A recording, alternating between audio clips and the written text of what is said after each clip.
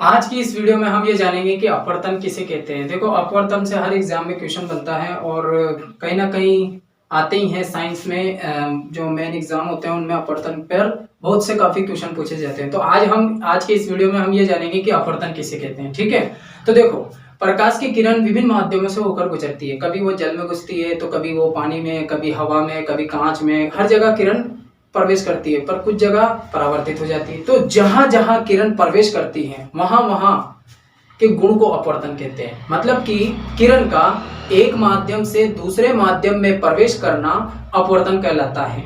ठीक है, जैसे मान लो लट्टू से प्रकाश की किरण आ रही है, ठीक है, और यहाँ पर मान लो एक कांच का गिलास रखा हुआ है जिसमें वह इंटर कर रही है।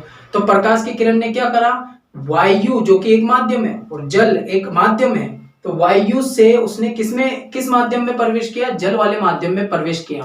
तो प्रकाश की किरण का एक माध्यम से दूसरे माध्यम में प्रवेश करना क्या कहलाता है, अपवर्तन कहलाता है। दूसरी कंडीशन ये होती है कि जब अपवर्तन होता है तो किरण अपने मार्ग से विचलित हो जाती है।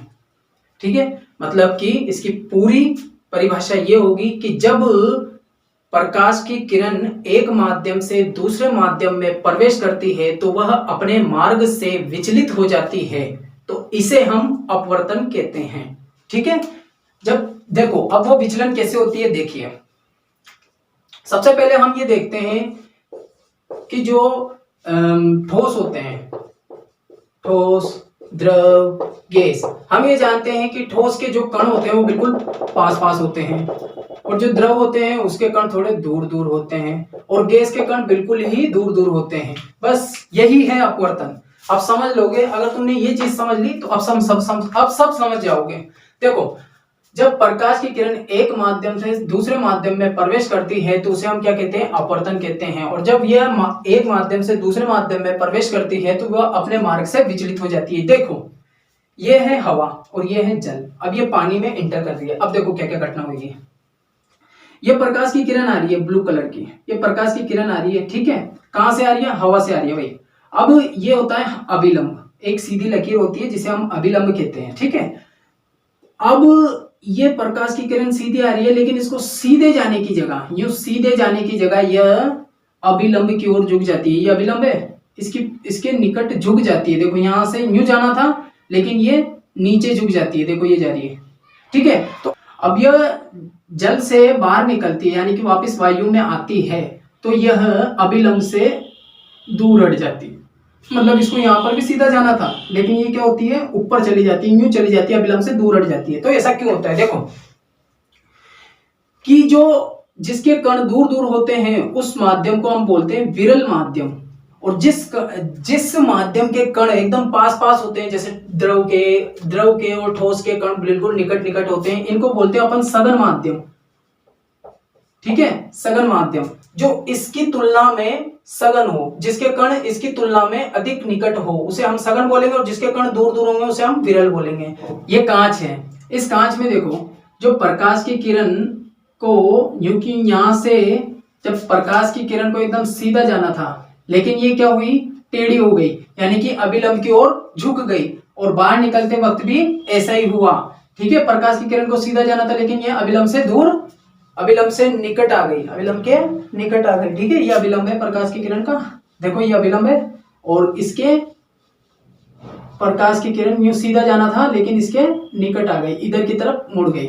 ठीक है, देखो अपवर्तन पढ़ लिया था, अब पढ़ेंगे अपवर्तनांक। देखो, जब प्रकाश की किरण वायु या निर्वात से किसी माध्यम में प्रवेश करती है तो वायु या निर्वात में प्रकाश का वेग अपॉन माध्यम में प्रकाश का वेग का अनुपात, मतलब प्रकाश का वेग, वायु का प्रकाश का वेग तथा माध्यम में प्रकाश की किरण का वेग का अनुपात क्या कहलाता है, अपवर्तनांक कहलाता है। इसे n से डिनोट करते हैं। तो देखो, वायु या निर्वात में प्रकाश का वेग c है और माध्यम में प्रकाश का वेग v है, इसलिए हम इसको किससे डिनोट करेंगे, c अपॉन v। मतलब वायु या निर्वात में प्रकाश का वेग और माध्यम में प्रकाश का वेग का अनुपात क्या कहलाता है, अपवर्तनांक कहलाता है, n कहलाता है। अपवर्तनांक विचलन के समानुपाती होता है, मतलब किसी वस्तु का अपवर्तनांक अधिक होगा तो उसका विचलन भी अधिक होगा, विचलन अधिक होगा तो अपवर्तनांक अधिक होगा।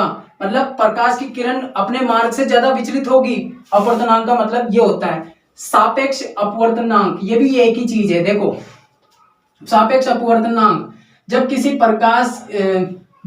प्रकाश की किरण वायु से किसी माध्यम में प्रवेश करती है तो पहले माध्यम में वेग तथा दूसरे माध्यम में वेग का अनुपात क्या कहलाता है? सापेक्ष अपवर्तनांक कहलाता है। इसे v1 v2 से डिनोट करते हैं। और इस n21 का मतलब क्या है? देखो n का मतलब तो होता है अपवर्तनांक और 21 का मतलब है कि दूसरे माध्यम के सापेक्ष पहले माध्यम में, दूसरे माध्यम के सापेक्ष पहले माध्यम में, मतलब जो दूसरा माध्यम है उसका पहला माध्यम में जो अपवर्तनांक होता है दोनों को मिलाकर, तो उसे क्या कहेंगे? सापेक्ष अपवर्तनांक कहते हैं।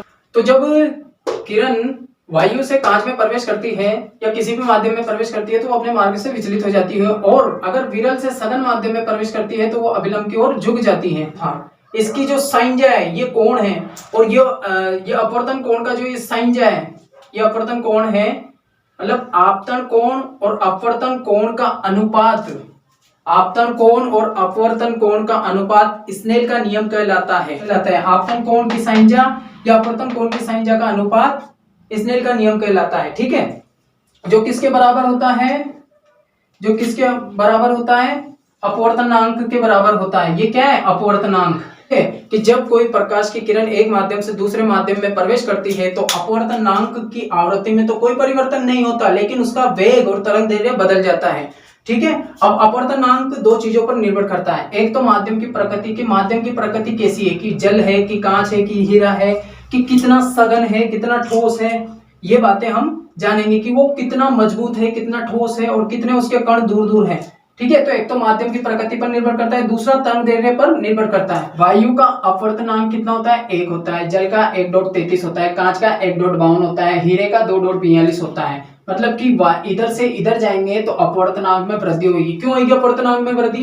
क्योंकि वायु के कण थोड़े दूर दूर होते हैं, जल के कण थोड़े निकट होते हैं, कांच के और निकट होते हैं और हीरे के बिल्कुल निकट होते हैं, इसलिए अपवर्तनांक में वृद्धि होगी। अपवर्तनांक में वृद्धि क्यों होगी? क्योंकि यहाँ इनमें इसका वेग बिल्कुल इसमें वेग सर्वाधिक होगा, इसमें कम होगा, इसमें कम होगा, इसमें कम होगा। मतलब कि किरण का विचलन सर्वाधिक किसमें होगा? हीरे में होगा। और इसी कारण हीरा चमकदार दिखाई देता है, क्योंकि उसमें प्रकाश की किरण का सर्वाधिक विचलन होता है, पूर्ण आंतरिक परावर्तन होता है, इसलिए हीरा चमकदार दिखाई देता है। ठीक है, अगर हम इधर से इधर जाएंगे तो अपवर्तनांक में वृद्धि होगी। अपवर्तनांक में वृद्धि होगी तो विचलन में भी वृद्धि होगी, क्योंकि अपवर्तनांक समानुपाती होता है विचलन के। विचलन यानी प्रकाश की किरण का अपने मार्ग से विचलित होना। यदि अगर अपवर्तनांक अधिक होगा तो वह और ज्यादा विचलित होगी। जैसे कांच का अपवर्तनांक अधिक है तो यहाँ पर प्रकाश की किरण सर्वाधिक विचलित होगी, मतलब अपने मार्ग से ज्यादा विचलित होगी। ठीक है, वायु का अपवर्तनांक कम है यानी कि कम विचलित होगी। तो अब इधर से इधर जाने पर अपवर्तनांक में वृद्धि होगी प्लस विचलन में वृद्धि होगी। जब प्रकाश की किरण विरल माध्यम से सघन माध्यम में प्रवेश करती है तो उसको जाना तो सीधा रहता है, लेकिन वो क्या करती है? अभिलंब की ओर झुक जाती है, इस तरह झुक जाती है।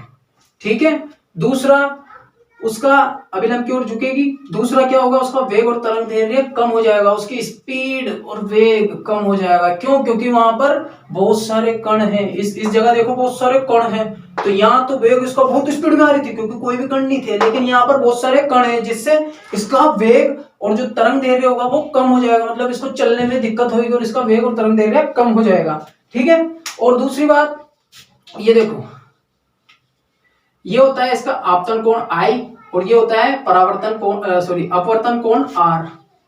आपतन कोण I और अपवर्तन कोण R।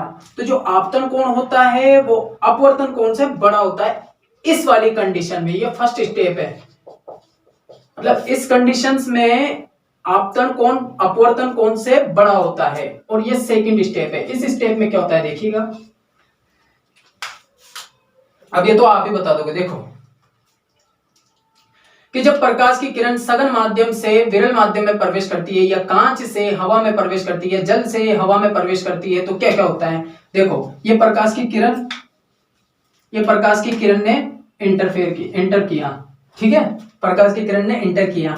अब क्या होगा? इस प्रकाश की किरण को जाना तो सीधा था, जाना तो सीधा था, लेकिन ये क्या हुई, अपने मार्ग से विचलित हो गई और इस तरह निकल गई। ठीक है, इस तरह निकल गई। तो ये क्या हुई, ये जो प्रकाश की किरण थी यहां पर तो अभिलंब की ओर झुकी थी, यहां से तो अभिलंब की ओर झुकी, और लेकिन यहां पर क्या हुआ, यह अभिलंब से दूर हट गई। यहां से ये क्या हुआ, अभिलंब से दूर हट गई। मतलब कि प्रकाश की किरण जब सघन माध्यम से विरल माध्यम में प्रवेश करती है तो वह अभिलंब से दूर हटती है। अभिलंब क्या है यहां पर, ये अभिलंब, अभिलंब मतलब एक सीधी लकीर खींच मान सकते हो, और इससे ये दूर हटती है, तो अभिलंब से दूर हटेगी। दूसरा, वेग और तरंग दैर्ध्य में वृद्धि होगी। क्यों होगी भाई वेग और तरंग दैर्ध्य में वृद्धि, क्योंकि इधर की तरफ तो कण ही नहीं है, तो उसको भागने में आसानी होगी, किरण को भागने में आसानी होगी, किरण को रोक कोई नहीं सकता। और हमने पहले भी बात कर चुकी है कि तरंग दैर्ध्य मतलब स्पीड समझ सकते हो और वेग भी स्पीड समझ सकते हो। तो वेग और तरंग दैर्ध्य के मान में वृद्धि होगी, क्योंकि इसको रोकने वाला कोई भी नहीं। यहाँ तो बेचारे का वेग बहुत कम था इस जगह से जब वो आ रही थी, लेकिन जैसे ही उसने हवा में एंटर किया तो उसका वेग बढ़ गया। ठीक है, कि ये कौन सा कोण था इसका, आपतन कोण। ये कौन सा कोण था इसका, आपतन कोण, यानी कि आई। ठीक है, और ये क्या है इसका, ये क्या है इसका, अपवर्तन कोण, आर। ठीक है, जो आपतन कोण होता है वो छोटा हो रहा है और अपवर्तन कोण थोड़ा बड़ा हो रहा है। क्यों हो रहा है, क्योंकि प्रकाश की किरण अभिलंब से दूर हट गई। ठीक है, अब आगे पढ़ते हैं। अब आगे हम इनके उदाहरण और थोड़ी बहुत डिटेल जानेंगे। हमारे दैनिक जीवन में हमें कहां कहां अपवर्तन दिखाई देता है, आज हम ये जानेंगे। ठीक है, तो अपवर्तन के कारण इंद्रधनुष बनता है। देखो इंद्रधनुष कैसे बनता है, प्रकाश की किरण जब किसी प्रिज्म से गुजरती है तो 7 रंगों में विभक्त हो जाती है। तो प्रकाश की किरण वायु से कांच में प्रवेश किया, मतलब एक माध्यम से दूसरे माध्यम में प्रवेश किया, तो इंद्रधनुष किससे बना, अपवर्तन से। ठीक है, तारों का टिमटिमाना। देखो वायुमंडल की विभिन्न परतें, ये वायुमंडल की परतें हैं, और वायुमंडल में बहुत सारे सूक्ष्म कण होते हैं। ये कण क्या करते हैं, प्रकाश की किरण को इधर उधर धक्का देते हैं, मतलब प्रकाश की किरण को इधर उधर धक्का देते हैं, जिससे क्या होता है, ये अपने मार्ग से बार बार विचलित होती रहती है। अब जैसे मान लो ये तारा है, अब इस तारे के आगे मैं बार बार यूं यूं यूं यूं यूं करता रहूं तो आपको ये टिमटिमाते हुए नजर आएंगे, क्योंकि ये क्या है ना, बार बार प्रकाश की किरण इधर उधर हिलती नजर आती है। जैसे मान लो जैसे ये मैंने मोमबत्ती जला दी। ठीक है, अब मोमबत्ती की जला दी और मैं यहां से देख रहा हूं, तो हमें इधर की वस्तुएं हिलती हुई नजर आती है। जब अपन इधर से देखते हैं तो इधर की वस्तुएं हिलती नजर आती है। जैसे मान लो यहाँ एक सेब रखा हुआ है तो वो सेब अपन को हिलता हुआ नजर आएगा। अपन इधर से देखेंगे तो मोमबत्ती के ऊपर से क्यों हिलता नजर आता है, क्योंकि प्रकाश की किरण जब इससे होकर इस लो से गुजरती है तो यहाँ लो क्या है ना, हवा, और हवा क्या है ना, हिल रही है, तो इस वजह से ये हमें हिलती हुई नजर आती है। क्योंकि ये आग होती है ना, आग डिचुक डिचुक हिलती रहती है, इस वजह से हमें इधर की वस्तुएं हिलती नजर आती है। और यही घटना यहाँ तारों में होती है कि तारे जब प्रकाश की किरण लेकर धरती पर पहुंचते हैं तो वायुमंडल की परतें इनको विचलित कर देती है, और विचलन के कारण ही, अपवर्तन के कारण ही तारे टिमटिमाते हैं। ठीक है, तो जल में डूबे सिक्के तल मछली का ऊपर उठाई देना। देखो वास्तव में सिक्का जल में डूबा हुआ रहता है, लेकिन हमें प्रकाश की किरण सीधी जाती हुई जब अपने मार्ग से विचलित हो जाती है तो हमें ये सिक्का कैसा दिखाई देता है, ऊपर उठाए दिखाई देता है। और किसके कारण दिखाई देता है, अपवर्तन के कारण दिखाई देता है। ठीक है, अब देखो अब क्या होता है, जो समुद्र के किनारे जो पक्षी उड़ते हैं जैसे बाज हुआ, गिद्ध हुआ, उनको कितना बड़ा बेवकूफ बनाया जाता है मछली के द्वारा। अब साइंस कितना बड़ा बेवकूफ बनाती है, देखो इनको देखते हैं, ये गिद्ध देखते हैं कि मछली समुद्र के ऊपर तैर रही है और ये देखते हैं कि उसको पकड़ लेंगे, लेकिन उनको लगता नहीं है कि ये ओरिजिनल तो भैया नीचे है, ये तो ऊपर तो कॉपी है। तो मतलब जो ओरिजिनल होती है वो नीचे की तरफ बहती रहती है और इनको लगता है कि ये ओरिजिनल है, और उसे समझ कर ये उसको ऊपर पंजे से अटैक करते हैं, लेकिन उनके हाथ में कुछ भी नहीं लगता। क्यों नहीं लगता, क्योंकि ये तो उसकी कॉपी है, ओरिजिनल तो नीचे है। और ऐसा किसके कारण हो रहा है, अपवर्तन के कारण। बेचारे को भूखा लौटना पड़ता है। लेकिन बाज फिर भी हार नहीं मानता और बाज पूरा जब पानी में घुस जाएगा और फिर यूं यूं करके गर्दन निकाल के बाहर आ जाएगा। तो मतलब बाज में वो शक्ति होती है। ठीक है, हाँ, इसलिए कहते हैं कि अगर बाज की तरह उड़ना है तो तितलियों का साथ छोड़ दो। किसी बुक पर कांच की पट्टी पर को रखने पर अक्षरों को उभरा हुआ दिखाई देना। जब अपन किसी कांच की पट्टी को अक्षरों के ऊपर रखते हैं तो अक्षर थोड़े उभरे उभरे नजर आते हैं, वो इसी कारण नजर आते हैं, जैसे ये देखो। ठीक है, और ये मछली वाला चित्र में बेचारा बाज परेशान हो जाता है, यूं देखने लग जाता है कि किधर जाऊं। और अक्सर और अपन के साथ भी होता है कि अपन देखते हैं पानी के अंदर हो रहे और मछली बहुत पकड़ सकते हैं तो अपन हाथ डाल के पकड़ते हैं, लेकिन अपने हाथ में आती ही नहीं है। क्यों नहीं आती? क्योंकि मछली वास्तव में बहुत नीचे रहती है और अपन को क्या दिखाई देती है? ऊपर नजर आती है, उभरी हुई नजर आती है। क्योंकि वास्तव में ओरिजिनल मछली तो नीचे है, लेकिन ये अपवर्तन के कारण कहाँ नजर आती है? थोड़ी ऊपर नजर आती है। ऐसे ही अपन जब पानी को देखते हो अरे यार गहरा बहुत कम है, और अपन क्या सोचते हो कि गहरा कम है और अपन छलांग मार देते हो, उसके बाद तो है। मतलब अपन ये सोचकर पानी में कूदते हैं और अपने साथ कैसा हो जाता है? ऐसा हो जाता है, देखो ऐसा हो जाता है, मतलब वास्तव में अपन डूब जाते हैं। ठीक है, आज की किरण इस पे आती है, सूर्य की रोशनी पहले पेंसिल पे पड़ती है और पेंसिल से दो तरह की किरणें निकलती है। एक किरण तो यहाँ से आती है जो कि तुम्हारी आंखों में पड़ती है, इसलिए पेंसिल ओरिजिनल दिखाई देती है एकदम सीधी। लेकिन दूसरी किरण आती है जो कि पानी के अंदर जाकर पहले पेंसिल से टकराती है, पेंसिल से टकराने के बाद पानी से बाहर आती है, और बाहर आने के बाद पहले वायु में आएगी और वायु के बाद आपकी आंखों में दिखाई देती है। इस वजह से पेंसिल टेढ़ी दिखाई देती है। ये देखो टेढ़ी, अरे पेंसिल तैर रही है यार पानी में, कोई बात नहीं। कब पानी करके लाओगे? अरे पेन डाल के देखेंगे, कर दो बंद। पेन डाल के देखेंगे। नहीं, ये देखो, ठीक है। हाँ। टेढ़ी तो दिख रही है, तो ये पेन टेढ़ा दिखाई दे रहा है, इसलिए ये किसके कारण दिखाई दे रहा है? अपवर्तन के कारण। पेंसिल से प्रकाश की किरण आ रही है, एक तो इधर से आ रही है और एक उधर से आ रही है।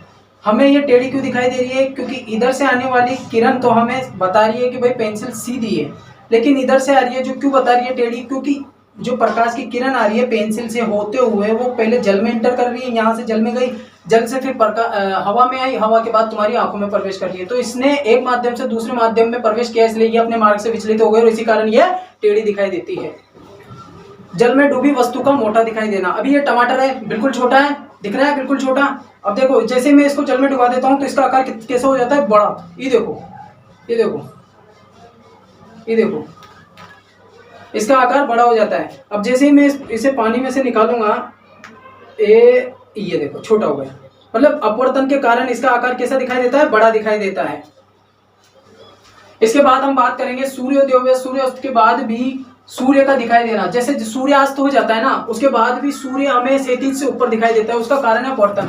वह सूर्यास्त के बाद सूर्य नीचे चला जाता है, इस वजह नीचे चला जाता है, प्रकाश की किरण यूं आती है, लेकिन क्या होता है जो वायुमंडलीय परतें होती है ना, इसके कारण इसका अपवर्तन हो जाता है, और अपवर्तन के कारण इसकी प्रकाश की जो किरणें होती है वो वास्तविक तो नीचे होता है, लेकिन हमें आभास होता है कि सूर्य ऊपर की ओर रहे। क्यों होता है? क्योंकि किरण, जो प्रकाश की किरण है, उसका अपवर्तन हो जाता है। इस वजह से सूर्यास्त के बाद भी हमें दिखाई देता है और सूर्योदय के पहले भी हमें दिखाई देता है। मतलब सूर्योदय होने से पहले भी हमें दिखाई दे देता है, मतलब वो क्षैतिज के नीचे ही है सूर्योदय में, लेकिन हमें ऊपर दिखाई दे देता है कि हाँ भैया सूर्यदेव निकल चुके हैं, लेकिन वास्तव में सूर्यदेव तो क्षैतिज के नीचे है। ठीक है, ऐसा होता है। तो आज की वीडियो में इतना ही। थैंक यू सो मच मेरी वीडियो को पूरा देखने के लिए। लाइक करो, सब्सक्राइब करो। थैंक यू सो मच, आपका बहुत बहुत धन्यवाद मेरी वीडियो को पूरा देखने के लिए। बस सब्सक्राइब जरूर कर देना बॉस।